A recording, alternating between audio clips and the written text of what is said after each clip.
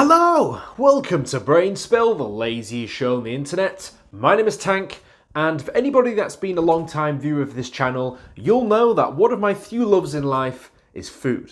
I mean, heck, there's an entire playlist on the channel just about food videos, so if you're interested in that sort of thing, be sure to check it out. Generally, when it comes to food, I'm not that picky and I'll pretty much eat anything, but when it comes to Russian roulette fish, I would rather not take my chances. Yes, today we're going to be talking about the famous Fugu fish or blowfish, which is well known as a delicacy. What makes this fish so dangerous for human consumption? Well, this slimy boy contains really high levels of the poisonous material tetrodotoxin, which is deadly to humans. This toxin is found inside the organs of the blowfish, in particular its eyes, skin, ovaries and liver. So really a massive part of the fish. The reason the Fugu fish is so poisonous is mainly down to its diet, with the poisonous starfish, snails and other sea life it consumes. The smallest mistake made by a sushi chef which doesn't prepare this meal properly will contaminate the entire fish, meaning that it's probably not going to be a good time for anybody unlucky to be getting it on their plate. In particular, the poisonous parts of the fish need to be delicately removed prior to serving, which does take quite a bit of skill and a lot of training to be able to pull this off. And as you might imagine, with such a deadly fish, it's had quite a long and controversial history, which is what we'll be discussing today. You might be surprised, or not so much, that the Japanese have been eating fugu fish for centuries, and since fossil records began, the earliest records of known human consumption of fugu fish dates back about 2,300 years ago. In fact, for the longest time, it was forbidden by law for the Japanese emperor to have fugu fish due to the inherent health risks, so it really goes to show how deadly this fish can be. In the modern day, however, there isn't an outright ban on the consumption of fugu fish, but rules and regulations have been implemented to make sure that only competent, trained chefs can handle and serve the fish. And honestly, I don't blame them. The poison of the fugu fish is apparently even more deadly than cyanide, so you'd hope that they'd put some measures in place to protect people. The poison is so strong, in fact, that it can apparently kill up to 30 full-grown adults in a single dosage. You know what? Some laws to regulate this is probably not a bad idea. Since 1958, fugu chefs have to earn a license before they are legally allowed to prepare and serve the fish to customers. This licensing examination process involves a written test, a fish identification test, and also a practical test of serving and preparing the meat. And the test isn't easy by any means. It's reported that only about 35% of applicants actually make it through and pass the actual process, meaning that the bar is set pretty high, which I suppose in the long run is probably a good idea, because that will just stop anyone from coming in and serving dangerous poisonous fish to people. I imagine that once you've passed the exam, it must be a pretty good thing to have in your CV, just to say that you can serve fugu, which I imagine is probably good in any field. I suppose having these stringent tests in place not only makes the whole process safer, but it also provides confidence in the public when they go and order fugu fish for themselves, which I'm assuming is probably the reason as to why they've got these rules in the first place. Oh, and to stop people from dying, of course. With all these rules and regulations in place, it's pretty hard to believe that deaths might actually still occur, but they do every now and again. In fact, in 2018, there was an incredibly close call when 2 fugu fish were sold from a local supermarket in Gamagori without the livers being removed. The 2 people who purchased and ate the fish didn't report any health-related issues. However, that didn't stop Gamagori City from announcing on their intercom PAs throughout the city that, in fact, yes, fugu fish had been sold without the liver being removed, and they were recalling all products. So you can tell that these guys take this pretty seriously.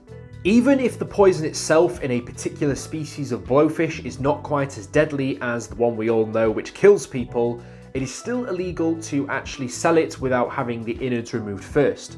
So, like I said, it's pretty serious stuff. With the risks this high, you would think that most people would just avoid the dish and go for something which doesn't possibly kill them. However, strangely enough, 10,000 pounds of fugu fish is sold in Japan every year.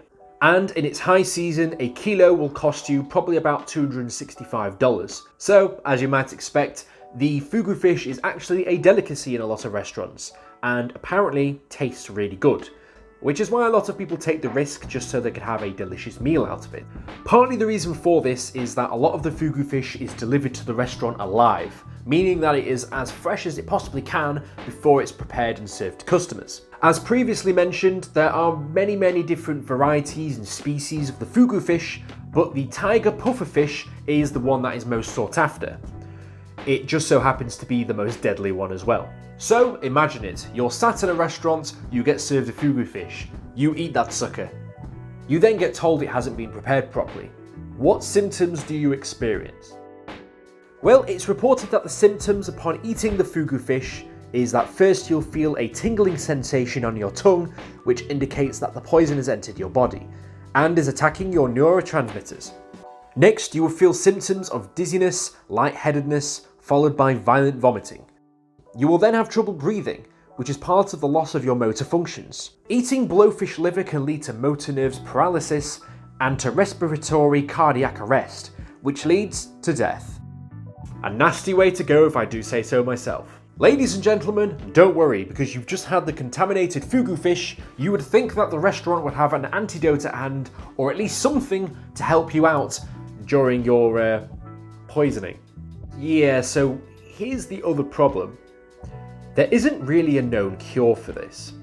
The only real things they can do is to try and pump your stomach, give you activated charcoal to try and bind the toxin, and really keep you on life support to see if you can pull through. Toxicologists have been working for years to try and find a cure for this, and so far they haven't been successful. People therefore just have to dice with death for now whenever they decide they want to eat some fugu fish. Or they could just not eat it, but each to their own. I have never personally eaten fugu fish myself, but one of the common reasons online that's given for people who keep going back to eat it is because of the exquisite taste of the meat. In fact, I went on Google of all places to find some first-hand accounts of people that have tried and eaten the fugu fish. The general consensus is that it just tastes like white fish, which is a little bit softer, so nothing too out of this world. Maybe it's just too subtle of a taste for us Westerners to truly appreciate. Without trying it myself, I can't really say for sure. However, I'm probably just going to stick with bird's eye fish fingers for now, and if I ever do try it, I'll be sure to let you know.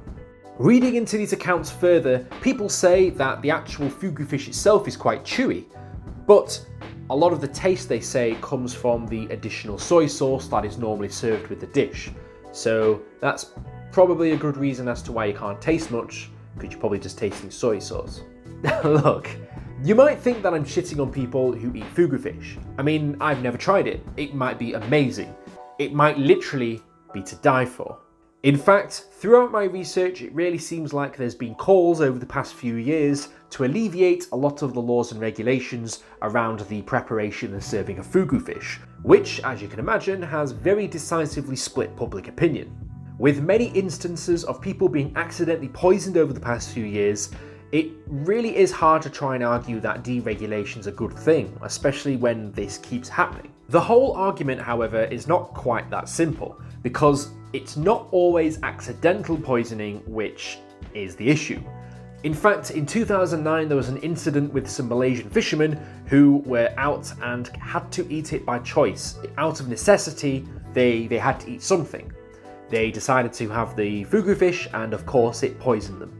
One of the crew died as a result, and the other 4 had to be hospitalised due to the ingestion of the toxins. What I found most crazy about all of this, however, is not even the stories of people who accidentally got poisoned or people who had to do it out of necessity. It was the people that chose to be poisoned, as in, they ate the fish knowing that it hadn't been prepared properly. In fact, I was reading an article that back in 2015, 5 businessmen went into a restaurant and asked to be served blowfish without the insides removed, which, like I said, isn't legal. Some people might call these businessmen thrill seekers, which is part of the excitement of eating something that could possibly injure or kill you. You know, literally dicing with death. Other people might call them fucking stupid, but it's all a matter of opinion. And as you might expect, they all became ill and experienced breathing difficulties with vomiting. The restaurant didn't answer any calls following the incident, and city officials shut down the restaurant for 5 days the day after they found out this had happened.